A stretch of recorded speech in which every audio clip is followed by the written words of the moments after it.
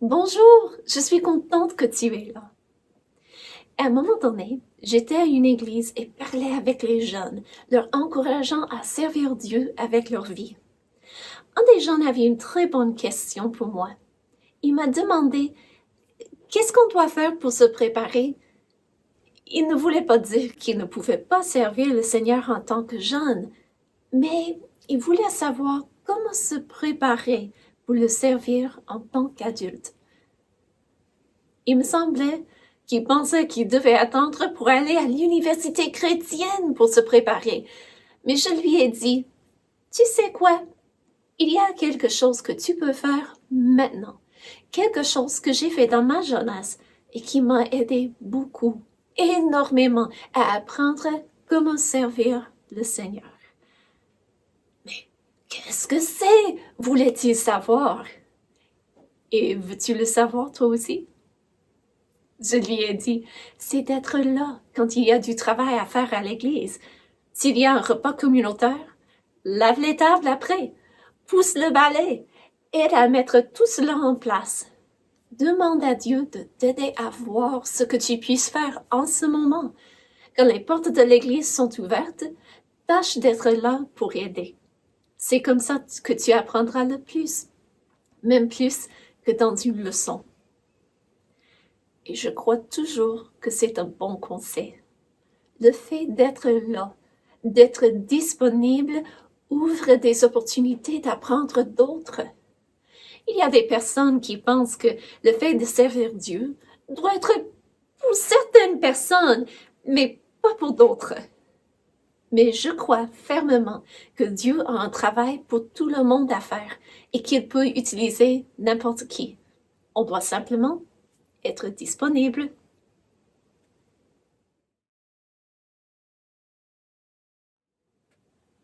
Oh, moi, je vais être disponible pour servir Dieu. Ce n'est pas difficile pour aider avec les repas communautaires ou pour encourager les autres. Il faut simplement y penser et faire l'effort d'être là. Il faut tout simplement bien employer nos jours. Ça me fait penser à une chanson. Puisque le temps file si rapidement, il faut bien employer nos jours. Puisque le temps file si rapidement, on n'a qu'une vie, il faut qu'elle soit réussie. Demande à Jésus de diriger tes pas, il te conduira sûrement.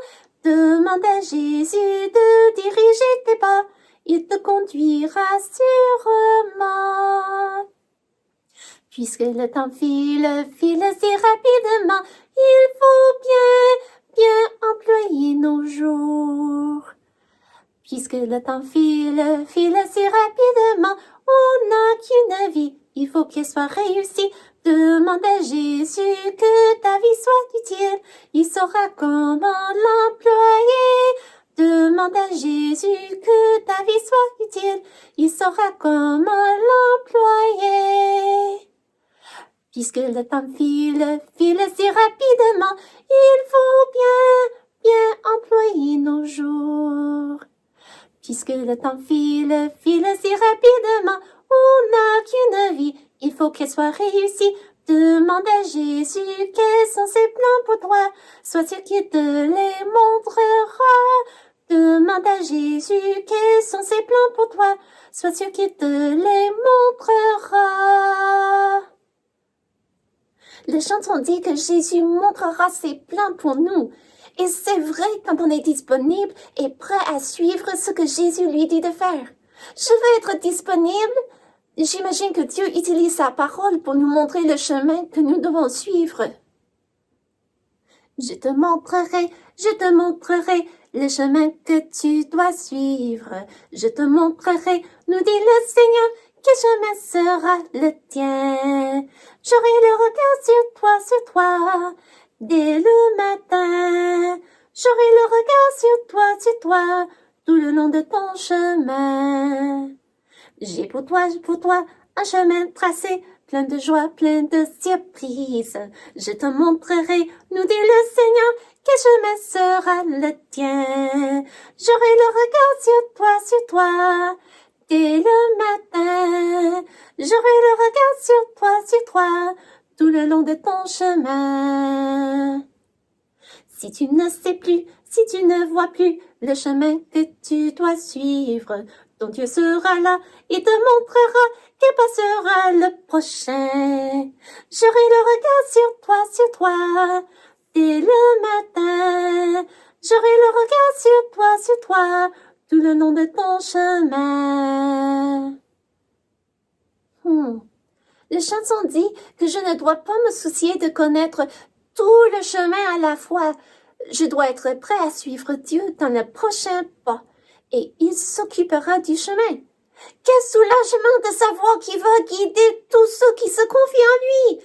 Nous n'avons pas besoin de nous soucier de l'avenir que nous ne connaissons pas.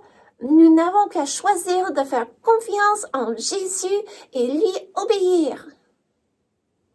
Va, choisis le bon chemin. La vie est devant toi. Va poursuivre ton chemin, le droit chemin. Jésus nous aime, il marche devant nous, il est notre ami, notre guide, suivons-le toujours. Va, choisis le bon chemin, la vie est devant toi, va poursuivre ton chemin, le droit chemin. Jésus nous aime, il nous protège aussi, c'est lui la lumière du monde, suivons-le toujours. Va, choisis le bon chemin, la vie est devant toi, va poursuivre ton chemin, le droit chemin. Jésus nous aime, mais il nous parle aussi, c'est pourquoi lisons sa parole, suivons-le toujours. Oui, suivons Jésus, suivons ce qu'il nous dit dans sa parole. En parlant de la parole de Dieu, c'est le temps d'y lire et d'y apprendre. Donc, je prends ma place. Je te verrai plus tard.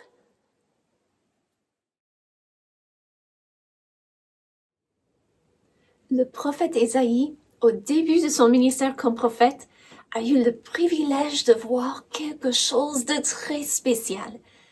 Il le décrit pour nous dans le 6e chapitre du livre qui porte son nom. Qu'est-ce qu'il a vu et comment y a-t-il réagi? Quand nous lisons ce qui lui est arrivé, pense à comment toi, tu aurais réagi en voyant cela. Regardons la description de ce qu'il a vu. Ésaïe, au chapitre 6 et au verset 1, le prophète nous dit: L'année de la mort du roi Osias, je vis le Seigneur assis sur un trône très élevé, et les pans de sa robe remplissaient le temple. Des séraphins se tenaient au-dessus de lui. Ils avaient chacun 6 ailes, 2 dont ils se couvraient la face, 2 dont ils se couvraient les pieds, et 2 dont ils se servaient pour voler. Ils criaient l'un à l'autre et disaient: Saint, Saint, Saint est l'Éternel des armées. Toute la terre est pleine de sa gloire. Les portes furent ébranlées dans leur fondement par la voix qui retentissait, et la maison se remplit de fumée. Dieu a donné à Ésaïe le privilège de le voir sur son trône. Imagine de voir Dieu lui-même. J'imagine que c'était grand et majestueux de le voir sur son trône avec les séraphins qui parlaient de sa gloire. Un séraphin, c'est une créature créée par Dieu. Et pour mes amis québécois, on ne parle pas du personnage qui a été nommé après eux. Il ne leur ressemble pas du tout. Et son nom est ironique, justement parce qu'il ne leur ressemble pas. Selon ce que la Bible dit, il paraît que les séraphins sont des anges qui gardent le trône de Dieu et qui parlent de sa sainteté et de sa gloire. Ésaïe les décrit pour nous, qu'ils ont 6 ailes et qui loue Dieu pour sa sainteté. Mais voici la seule place où Dieu nous en parle. Donc c'est intéressant, oui, mais ce n'est pas un sujet que nous devons étudier en profondeur. Nous pouvons être curieux et y penser, oui, mais c'est mieux de passer le plus clair de notre temps sur les choses claires que la Bible nous présente. Et qu'est-ce qui est clair? Eh bien, d'abord, c'est clair que Dieu est saint. Il n'a jamais fait du mal. Tout ce qu'il fait est bon et pur. Saint, saint, saint est l'Éternel des armées, ont déclaré les séraphins. Quand on répète quelque chose, c'est pour y mettre une emphase. Et l'emphase ici, c'est sur le caractère saint de Dieu.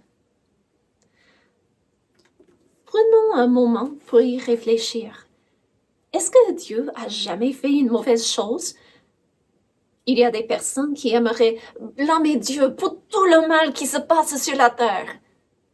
Mais est-ce que Dieu est responsable pour le mal? Comment le pourrait-il? Parce qu'il est saint. Non, Dieu n'est pas la source du mal. Il est bon et il fait toujours le bien. Le mal, c'est le résultat de ceux qui lui désobéissent et qui brisent sa loi. Si tu veux un peu de devoir, tu peux regarder à Jacques 1,13. Mais comment penses-tu qu'Ésaïe a réagi quand il a vu Dieu sur son trône et les séraphins autour qui parlaient de la sainteté de Dieu? Comment est-ce que toi, tu te ressens quand tu réfléchis sur le fait que Dieu est saint? Je sais que moi, je me sens tellement petite et tellement insignifiante et je me sens tellement pécheur, digne d'être puni pour tout le mal que j'ai jamais fait. Ésaïe, lui aussi, a ressenti cela. Regarde avec moi sa réaction, écrite pour nous au verset 5. Alors je dis, malheur à moi, je suis perdu, que je suis un homme dont les lèvres sont impures. J'habite au milieu d'un peuple dont les lèvres sont impures, et mes yeux ont vu le roi, l'Éternel des armées. Comment a-t-il réagi? Il a reconnu qu'il avait des lèvres impures. Il reconnaissait qu'il était pécheur et qu'il n'était pas digne de voir la gloire de Dieu. Mais Dieu est miséricordieux. Regarde avec moi ce qui est arrivé après. Au verset 6. Mais l'un des séraphins vola vers moi, tenant à la main une pierre ardente qu'il avait prise sur l'autel avec des pincettes. Il y avait plusieurs autels dans le temple où des sacrifices et de l'encens étaient brûlés. Donc, la pierre ardente venait d'un des autels. Il en toucha ma bouche, le séraphin toucha à sa bouche avec la pierre ardente et dit, « Ceci a touché tes lèvres, ton iniquité est enlevée et ton péché est expié. » Voici quelque chose d'extraordinaire! Ésaïe a reconnu qu'il avait fait du mal. Mais en envoyant un séraphin pour lui toucher les lèvres avec la pierre ardente, c'est comme si Dieu lui donnait un visuel de ce qu'il a fait dans son cœur. Ésaïe a reconnu qu'il avait fait du mal. Il en était repentant. Et Dieu l'a pardonné. Car l'ange ne pouvait pas lui pardonner. Il a simplement expliqué à Ésaïe ce que Dieu avait déjà fait. N'est-ce pas merveilleux de penser au fait que Dieu est prêt à pardonner à n'importe qui reconnaît qu'il est pécheur, qui en a du regret et qui recherche le pardon?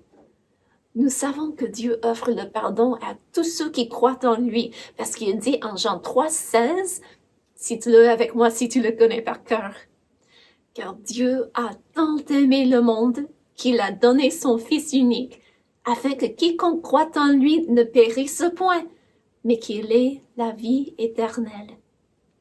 Dieu est prêt à pardonner à tous ceux qui, comme Ésaïe, se reconnaissent comme avoir fait du mal et qui demandent son pardon. Et que penses-tu qu'Ésaïe a fait après? Après avoir reçu la nouvelle que son péché, son mal était expié ou purifié de lui, il a entendu la voix du Seigneur disant, « Qui enverrai-je et qui marchera pour nous? Et que penses-tu était la réponse d'Ésaïe? Après avoir reçu la purification qui ne vient que de Dieu, il a répondu à la question du Seigneur en disant « Non !» Attends, est-ce que c'est ça ce qui est écrit? Penses-tu que c'est comme ça qu'on doit répondre à la bonté et à la sainteté de Dieu? Mais non! Ésaïe n'a pas dit non, malgré le fait que c'était une question et qu'il aurait pu dire non. Loin de là! Ésaïe a répondu en disant « Me voici, envoie-moi ». En d'autres mots, « Oh, prends-moi, choisis-moi, je suis là, prends-moi, moi je suis prêt ». Ésaïe a indiqué qu'il était disponible, qu'il était prêt à faire le travail que Dieu avait pour lui. Est-ce que tu te rappelles qu'au début de la leçon, j'ai indiqué aux jeunes une bonne façon pour servir Dieu, même en tant que jeune? C'était d'être disponible. Voici l'attitude du prophète qui est un bon exemple pour nous tous.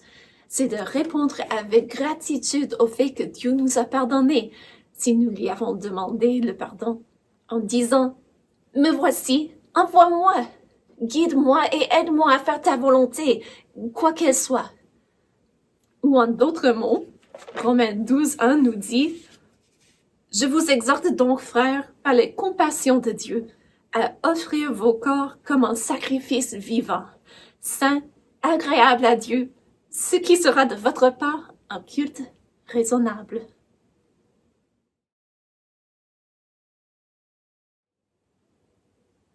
Oui, ça fait du bon sens de servir Dieu quand il t'a pardonné du mal que tu as fait.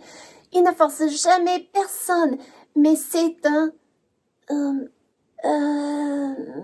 disaient les versets? Un culte raisonnable. C'est ça. C'est raisonnable d'être disponible de servir Dieu. Après tout, Dieu ne va jamais dire à une personne de faire le mal. Il ne peut pas, parce qu'il est saint. Ça ne veut pas dire que c'est toujours facile de servir Dieu, parce que ceux qui ne le connaissent pas ne vont pas comprendre. Mais ça veut dire qu'il va guider la personne à faire le bien. Et c'est comme dit dans notre verset. Viens me regarder avec moi. Isaïe 48:17. Ainsi parle l'Éternel, ton Rédempteur, le Saint d'Israël. Moi, l'Éternel, ton Dieu, je t'instruis pour ton bien. Je te conduis dans la voie que tu dois suivre. Isaïe 48:17. Oh, je veux être disponible pour suivre la voie que Dieu indique. Je sais que c'est le bon chemin à suivre parce que c'est indiqué par Dieu lui-même. Wow! On peut savoir que Dieu lui-même le guide. Isaïe 48:17. Ainsi parle l'Éternel, ton Rédempteur, le Saint d'Israël. Moi, l'Éternel, ton Dieu, je t'instruis pour ton bien. Je te conduis dans la voie que tu dois suivre. Isaïe 48:17. Merci Seigneur que tu diriges tous ceux qui sont prêts à te suivre. Merci.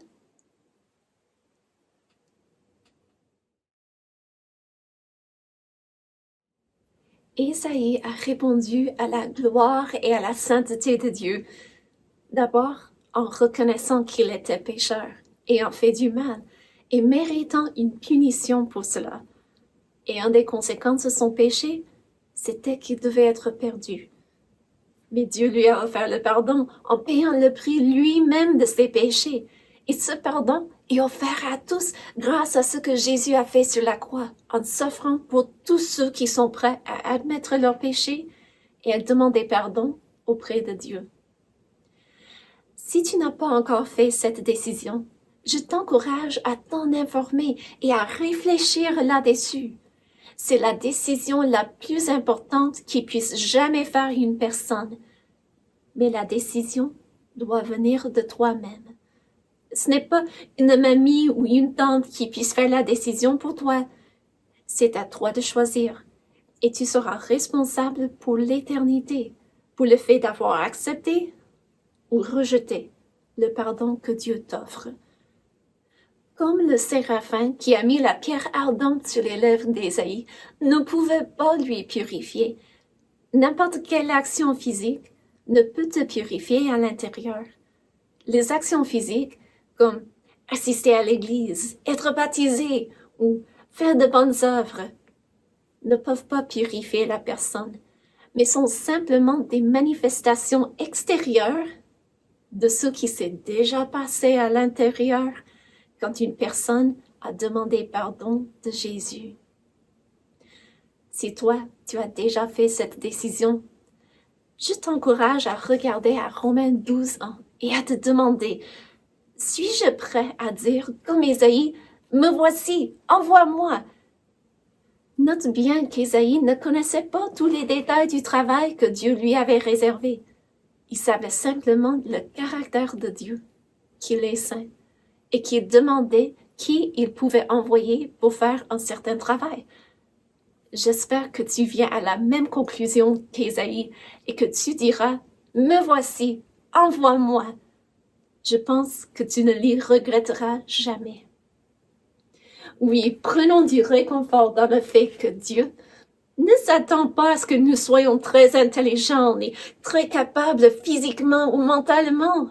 Non, Dieu utilise ceux qui sont disponibles. Louons-le pour sa bonté et sa miséricorde. Et merci d'être là. Dieu voulant, à la prochaine. Au revoir.